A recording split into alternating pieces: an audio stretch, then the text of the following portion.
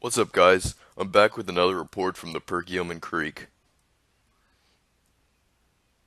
This year started out really slow, as a blocking pattern set up consistent cold, wet weather throughout the month of April, bringing lots of rain and snow.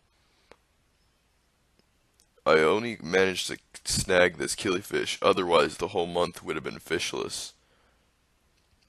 But as May began, things began looking up, and I caught this nice pre-spawn smallmouth bass.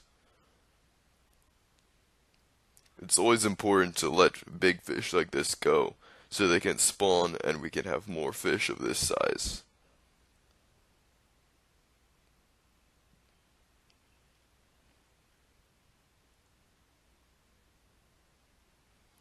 As the month continued, severe storms rolled in, producing flash flooding.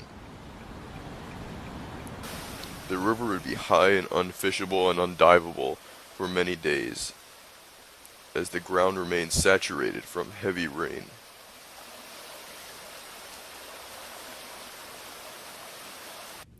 I managed to find some sunfish, though, that had emerged from their winter hibernation.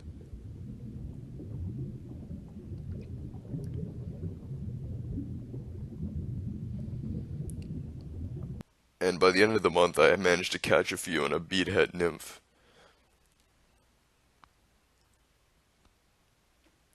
Here's some of their food: damselfly larvae.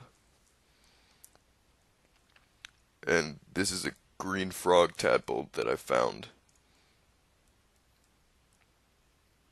This next thing is an unusual find: a stonefly larva. Usually they require cool, clear water, so the warm perk was an unusual place to find one. Well, there's a golden lining though. The month of June's still coming up, and I have some awesome new stuff to show to you guys. As I went diving at Dutch Springs, and I'll show that entire adventure with you guys coming up next.